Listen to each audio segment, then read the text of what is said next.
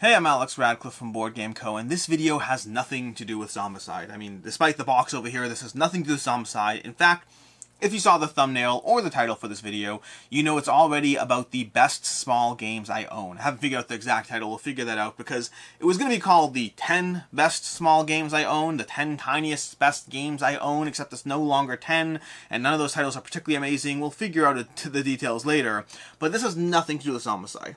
The reason Zombicide's on the table is because I was going to do a video on the 10 best smallest games I own, and then the problem is I couldn't narrow it down to 10. I wanted to go with at least 12, and even that's with ignoring all the button shies, because button shies really deserve their own category. Speaking of which, I will be doing a full video on a whole bunch of button shy games and how they rank for me.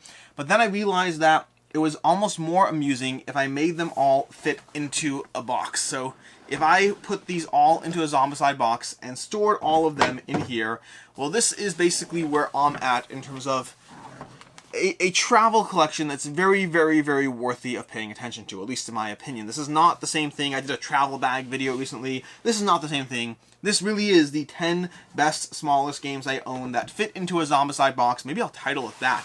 You know, how much game can you fit in? How much game does Zombicide have?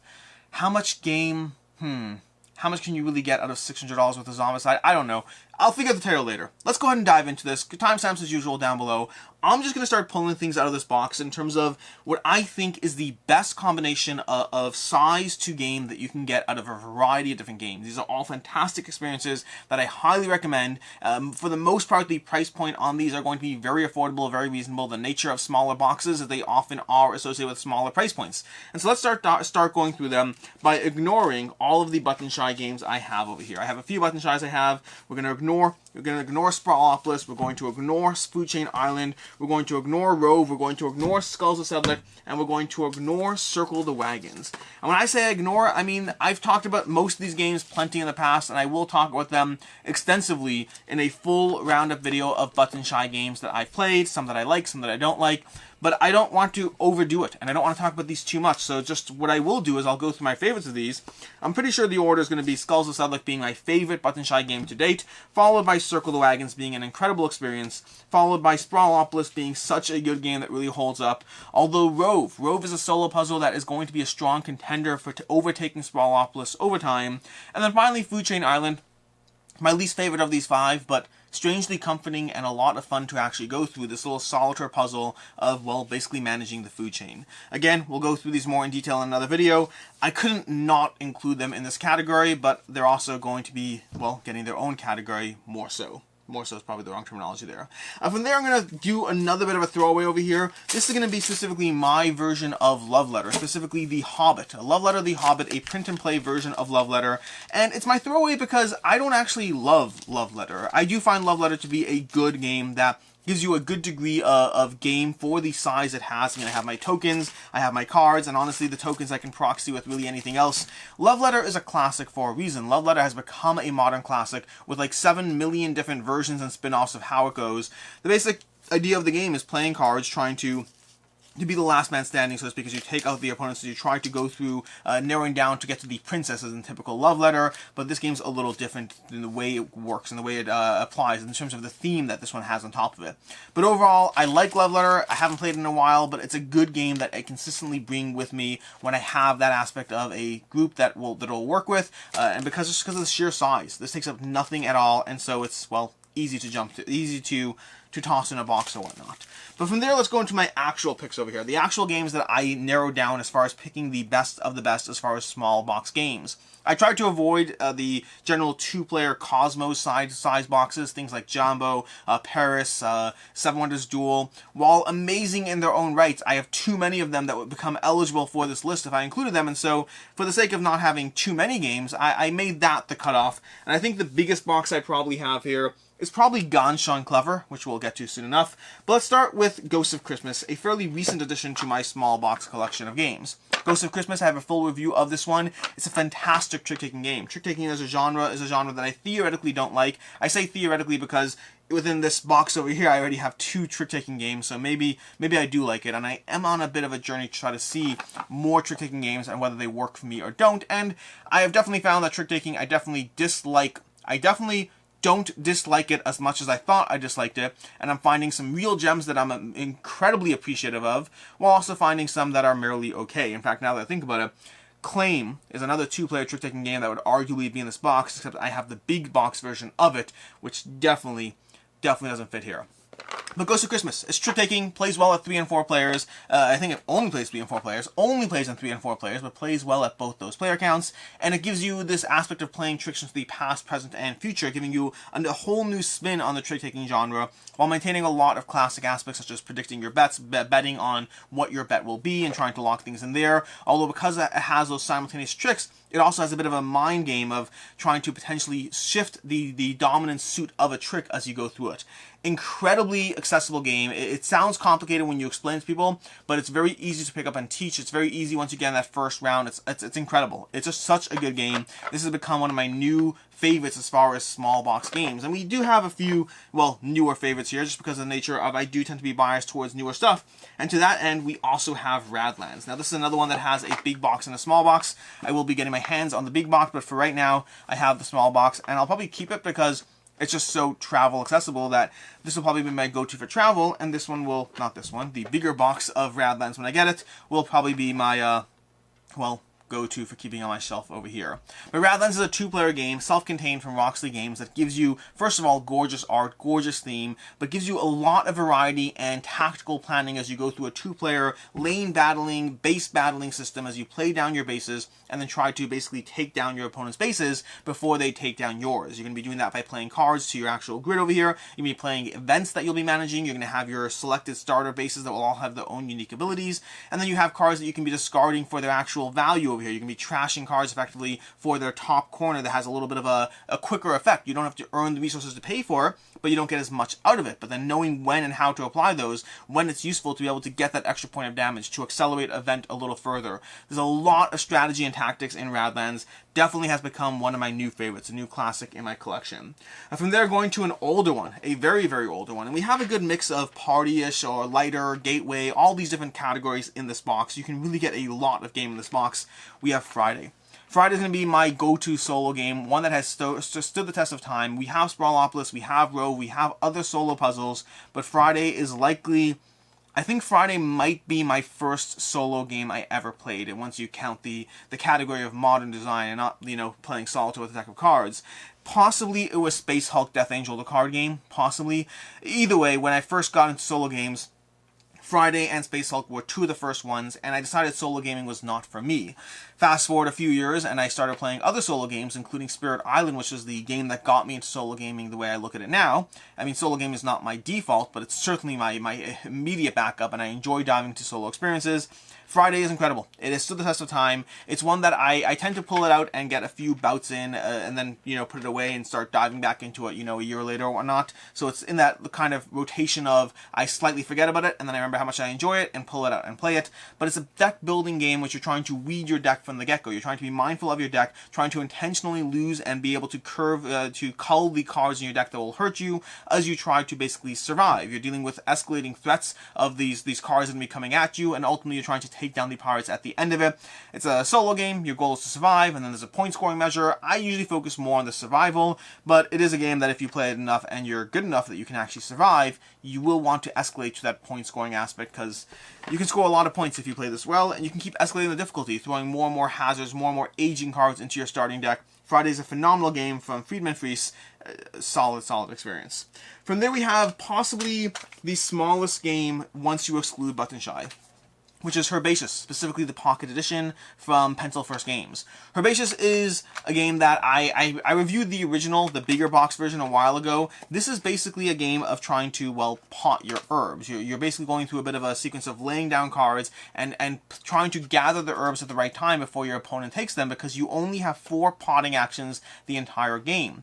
But being mindful of letting those herbs build up, but then your opponent will take them first. It's a little bit of a push and pull of trying to figure out what they're going to do, what you're going to to do. I find it has the most control and tenseness at 2 or 3 players in terms of, I think it's up to 4 players. Yeah, it's a 1 to 4 player game. 2 and 3 is where I find the best balance of control and tenseness of a little bit of chaos because other players can mess with you, but enough control that you know what's going on. At 4 tends to be a little bit more chaotic and not my go-to, but Herbaceous gives you a lot of pushing your luck, but pushing your luck not against the system, but pushing your luck against other players. A phenomenal experience. And speaking of pushing your luck against other players, we have No Thanks. No Thanks is the definition of pushing your luck against other players, because No Thanks is a game where you're going to be saying no thanks. You're going to be basically having these cards in the game, numbers from 3 to 35, although some of them will be taken out of the game randomly before the game begins, which has a bit of an interesting twist or challenge there as you try to figure out what is and isn't in the game. And that's important because every time the card enters the table, you have the opportunity of taking the card or saying no thanks. Taking the card, though, is negative points. Basically, every time you have a card, it's negative points, or it's points, and points are bad for you, so you don't want to have those cards. So if you take that 27, you're getting 27 points, and that means you're 27 points away from winning because you want to get as close to 0 or negative as possible in the game.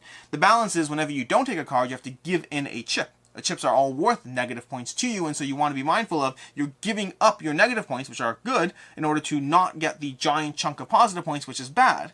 The fun of the game comes from the fact that once you have that 27, you can start messing with other players. You see, if you have a string of cards, you only count the lowest number in that string. If you have 24, 25, 26, 27, you're only losing 24 points. But that also means that when the 25 comes out and you have the 24, you can milk it for all it's worth, forcing other players to keep putting negative chips in the pot, which you will gather when you take it. You are pushing your luck against other players. You're trying to see how far you can push them, how much can you get out of the other players before someone else eventually caves and just takes the card themselves, denying you all those negative points and possibly becoming a contender for other cards in that sequence. A phenomenal game, one that has been in my collection a very, very, very long time, right alongside Coloretto. Coloretto is another one that has been in my collection a very, very long time. The two of them are made for each other. They fit so nicely on the shelf, standardized box sizes and all of that. But Coloretto, from Rio Grande Games, is a game of, well, pushing your luck against other players. This is clearly a theme with these small box games. Coloretto is a game of pushing your luck against other players. You're going to be laying down these cards into these various rows, and you're trying to get cards that will be good for you. But the problem is some colors are good for you, some are not, and that will be determined as you gather more cards. You're going to score for your 3 highest performing colors, and every other color is worth negative points, which results in this little bit of a puzzle because every single turn you either take a row or you add a card to another row, but that means the players after you might take that row instead, so it's a constant balance of trying to set up the rows in ways that are good for you, but bad for your opponents, because if it's good for you and your opponents, they'll take them first. And so you're trying to be mindful of that. You push it a little too far and you'll inevitably end up taking too many cards, some of which won't be good for you, but you always want to go just a bit further. So you're pushing your luck against other players, you're pushing your luck against the system, and you're hoping you can score as efficiently as possible in Coloretto. Fantastic game. It has a big brother and a bigger system in terms of Coloretto. I personally prefer the cleanliness and the smoothness of Coloretto. Fantastic small box game. From there we have Kraken Poker Royal. Cockroach Poker Royal. The royal version of Cockroach Poker, which has kings and royalty, and honestly it's my go-to to the point that I've gotten rid, or I'm getting rid of, Cockroach Poker. I have to double check. I may not have gotten rid of it yet, but Cockroach Poker is leaving my collection because this one simply does it better, to the point that I don't even play the original Cockroach Poker at all anymore, even with new players. This is a bluffing game. It's not pushing your luck, it's bluffing. It's bluffing the other players as you try to sit there and say, I have a, look at this card, I have a rat. I'm putting this rat on the table and I'm passing it to you, and then the player has a choice. They can look at the card and they can pass it to somebody else, or they can call you on what you said. So, you know, we'll have another player looks at it and says, I don't believe you, but I'm going to look at it all the same. And he's lying. It's actually a cockroach. And you have this aspect of pushing cards towards other players, lying and developing a narrative as you go, a narrative that will escalate and develop once players start building up cards in front of them. You see, Cockroach Poker is a game which has one loser. You don't win, you just hopefully don't lose. In order to not lose, you have to not be the player who has 4 cards of the same type, 4 cards of the same, well, insect, cockroach, bug, whatever it is in front of them as you go through the game. And so once a player starts building up 2 or 3 rats in front of them, suddenly there's a different incentive in the table as far as trying to shove rats towards that player, and always trying to, through subterfuge or through directly telling the truth to them, just, you know, here's a rat, and they have to choose to call you or not, or pass it to the next player. It's a little bit of a fun game of bluffing and lying that develops as the board develops. It is great for laughs every single time. An amazing experience, one of my go-tos as far as small box games. And if I want another party experience but with a whole different shine to it, we have One Night Ultimate Werewolf. This is just a Daybreak box, but we have both systems in here. One Night Ultimate Werewolf will host a large degree of player count. Some of these games do cap out at smaller player counts. One Night Ultimate Werewolf is definitely not going to be one of those. This one plays 3 to 7 players, and I would say arguably it's best in the 5 to 6 player range, but plays well at 7 as well, and so you want to kind of lean into those higher player counts. At 3, it's good, but not great. I think it really needs 4 to even start seeing the full shine of it, and just gets better from 5 to 6, and then a little bit of a taper off as you get to the chaos of 7. But One Night Ultimate Werewolf Daybreak is a fantastic party game of lying to each other, of hidden roles. It's not bluffing in the typical sense, but it certainly does have lying. So same spin, but different genre. And it's a game which you're going to have a role assigned to you, and you're going to start going through a night phase where you act out the specific mechanics of your role. Maybe you're going to be mixing up other players. Maybe you're going to be robbing somebody else's role. Maybe you're going to look at your card before the night phase is over. And then after that one night, it is called One Night Ultimate Werewolf Daybreak after all, or One Night Ultimate Werewolf, but after that one night, you'll go ahead and start going through the process of figuring out who you are and which team you're on. You see, the werewolves are the baddies in this game. The werewolves are aligned, and they're trying to make sure that they win, that they don't get executed by the villagers once those 7 minutes are up. You have timed rounds, you can adjust the timer, but generally 6 to 8 minutes is a round, and you're trying to figure out how to accomplish your goals. Your goal, to be very clear, is to win. To win. As a single entity, you want to win the game. It may happen to be that other players are on your team, but you don't want to play that way. And the reason you don't want to play that way is because you don't actually know what happened during the night. This is a game of figuring out, of discovering what happened along the way, and adjusting your playing to accommodate around that. If you simply pursue it as simple as, well, I'm a werewolf, so I need to pursue werewolf objectives, you will lose. You need to pursue the game as a bit of a mindset of, I was a werewolf, am I or am I not still a werewolf, and can I tease that truth out from other players? Can I get to a point where I know the threads of truth, where I know what happened in the game? And if you can figure that out, if you can control the narrative, then you can also control the lies that work, the lies that make sense within the greater construct of everything else, because you want to tease the truth and deliver truth, but also deliver the lies necessary to win as well necessary. One Night Ultimate Werewolf is a fantastic game, great for laughs, great for strategy, and has held up in my collection just fine over time. And then we have our roll and write. That's pretty clever. Ganshan Clever, one of the largest games in this box over here. I would say it's marginally bigger than One Night Ultimate Werewolf Daybreak. You can see that over there, but it is tied for the Crew Mission Deep Sea as far as a box that's falling off the table. As far as the box size over here, but we'll talk about That's Pretty Clever first. That's Pretty Clever, Ganshan Clever, is my favorite of the That's Pretty Clever system. There's Doppelt So Clever, twice as clever. There's Clever Cubed. They have other iterations. This one's so far my favorite from the iterations. It's the purest, it's the cleanest, it does a great job, but it's basically interlinked roll and write.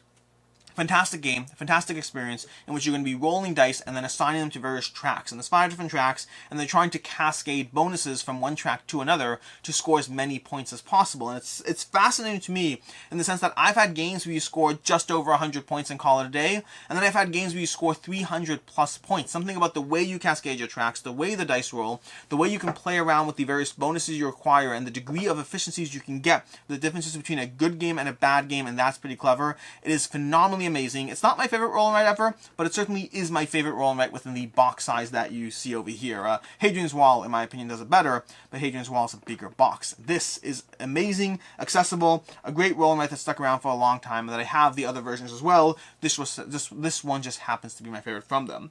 Which brings me to the Crew Mission Deep Sea. This one has replaced the Crew for me. This one has replaced the basic version of the Crew, although that's partially because I do have some Geek Up sets from Board Game Geek in this bag over here, so I have the tokens I would need to be able to play the basic Crew rules as well. But this is basically a trick-taking cooperative experience. The Crew is the original game. They came out with Mission Deep Sea, which gives you more nuanced missions, more interesting choices as you go through the experience, as you go through the game. But it's cooperative trick-taking. You're going to be trying to figure out how to make sure the right player wins the right trick at the right time and or with the right cards. There's all kinds of cards that will give you different incentive structures as far as how you play the game. But the basic idea is it's trick-taking and you're working together with limited communication. You can't say the cards you have in your hand. You have a minimal amount of communication. You have tokens you can play that kind of say, this is my only pink card or whatever it is. But there's a minimal amount of communication as you go through the experience. But you have to work with that minimal amount of communication and escalating levels of difficulty as you gather more and more points worth of objectives, of things you have to go for in order to win together. It is fantastic. It is the game that is the first game that broke that I don't like trick-taking mold, followed by Ghosts of Christmas, followed by a whole new renaissance of me trying to find more more and more, and having some wins and some losses along the way. But that's the crew mission Deep Sea. We have 3 left to go. 3 left. Let's go ahead with Tranquility, the odd one out, the one that is the hardest to fit into the Zombicide box, if that was your objective, fitting a whole bunch of games into Zombicide boxes. That, by the way, is why I have a Zombicide side box instead of other boxes, because the thickness over here allows for this to fit in, versus normal smaller boxes did not. In any case, Tranquility. Tranquility from Board Game Hub. This was picked up by Lucky Duck Games. They have Tranquility the Ascent coming out as well, which I'm very excited for. But Tranquility is a cooperative game of laying down cards in a pattern. Laying down cards. There's various modules to mix up the difficulty or the various things going on. But the basic idea is you have cards numbered 1 through 80, and you're going to be laying them out in a bit of a grid, and you have to go in an ascending order while being mindful of also placing the start and the finish cards as necessary. The challenge is, as you place cards next to other cards, you have to discard other cards. So basically, the very cards you need to play are also the economy that you are sacrificing every single time you play something. That first game, you might think you have it under control, and you might find that you lose it as it hits the end of the game. That second game, well, if you start adding in expansions that make it more difficult, you might find again that it starts becoming a bit of a balance. You could master the base game, I would say. The base game is easy enough that you can master it, no problems, but then you start mixing in the various expansion modules, the rocks that will get in your way, the various ocean tentacles that will start getting rid of cards you've already played.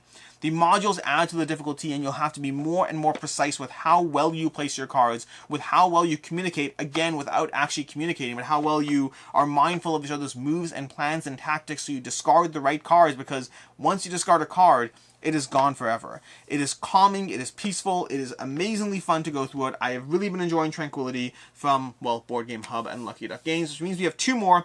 2 more that were actually featured in another video on small box 2-player head-to-head games, but we have Hanamikoji.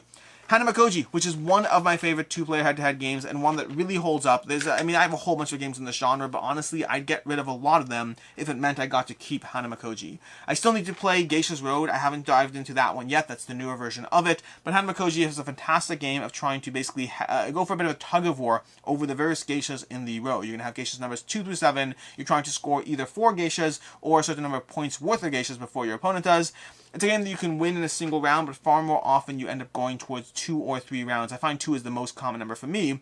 But what happens is once you move into the second round, you're trying to again vie for control over the geishas if you haven't yet won. But this time, anything you've already won is kind of half locked in, meaning a tie would benefit you, and ties are frequent enough in the game that it becomes a huge part of the strategy. The reason the game is so good is because of the I cut, you choose mechanic and the way it's implemented in the game. You have 4 action tiles in the game. Each action tile is going to give you some way of managing the cards in your hand. One of them will put aside a secret card that will help you. One of them will get rid of 2 cards, and the other 2 are I cut, you choose. The different versions of putting down cards from your hand and having your opponent make choices. You get to pair things up, you get the edge to a certain degree, but ultimately they make the decision, and trying to give them the decision that they will choose something that makes the most sense for them, but is lacking the information, the context of other things you know, of other strategies you're going for, of the other cards in your hand, of the cards you set aside, of the cards you discarded. Trying to set up the game in such a way that your opponent makes an inefficient decision just because of the fact that they don't have the same information you have. That is how you win in Hanamikoji. It is a fascinating puzzle. I love it every single time. It's just one of my really go-to recommendations as far as straight-up amazing 2-player games. And then lastly, speaking of straight-up amazing 2-player games, we have Air, Land, and Sea, specifically the Critters at War version. It's just cuter, and cuter is worth, everything in this game. But basically, Critters at War is the cute version of Air, Land, and Sea. It's a 2-player game of having 18 cards total. You have 18 cards total, and then it's about how you play those cards. You see, each player is going to have 6 of those 18 cards, so I have 6, you have 6, and then there's 6 that are not in play. And once you start playing the game a few times, you start to learn all the cards, all the aspects of the various cards you're going to be playing with, and that leads to an interesting decision space of knowing what's coming, of knowing what can mess with you, of knowing how you can fight with your opponents and how they'll fight with you as you fight over, well, Air, Land, and Sea, the 3 lanes of battle, the 3... there's another term, the three theaters of war, that's what they are. And you're going to be trying to win in Air, Land, and Sea. You have to win each one in 2 of those 3 lanes to win the round. And then the part of the game that is amazing, in addition to knowing the 18 cards, in addition to knowing how you plan around those, the thing about this game that gets me every single time is the fact that you can withdraw. Whenever you withdraw, you lose less points. You lose fewer points, or your opponent gains fewer points. So a pure, hard, and fast victory, if you go down to the end fighting, is going to be worth 6 points to your opponent. And you only need 12 points to win, which means your opponent can win the game twice, and they can win. and that's cutthroat and devastating, and you will lose quickly if you ever have that happen. What happens far more frequently if you're playing this game correctly is you never actually go all the way to the end. At one point or another, you withdraw. The earlier you withdraw, the fewer points your opponent gets, and so it's all about those tactical aspects of the game, of trying to see how they're going to go forward, of trying to predict what your hand is like, whether you have a chance of winning, of knowing the cards you have, of knowing the cards they've already put down on the table, and trying to make a good decision, a tactical decision that you would have to make as a leader of battle with, you know, anthropomorphic animals or whatnot, but trying to make those decisions as far as when to withdraw and when to devote all your resources. The players who devote all the resources time and time again and just think that they always will win are the ones who always lose at Air, Land, and Sea. It is a tactical game, both in the gameplay and then knowing when to fold. And that's basically all the games that I could fit into a Zombicide box that were in my best games that are tiny boxes. I have more that are eligible for the genre. I tried narrowing it down to basically 10. I got to like 13, and then I threw in like 5 button shies to round it out. In any case, until next time, I'm Alex Radcliffe from Board Game Co. The thumbnail for this video is going to be interesting because I do have this Zombicide box, and anyone seeing the smallest games in my collection with this Zombicide box on the side, they're going to be like, wow, that Board Game Co. guy really doesn't know when to shut up about Zombicide. That's fair. That's fair, honestly. In any case, until next time, have a good one.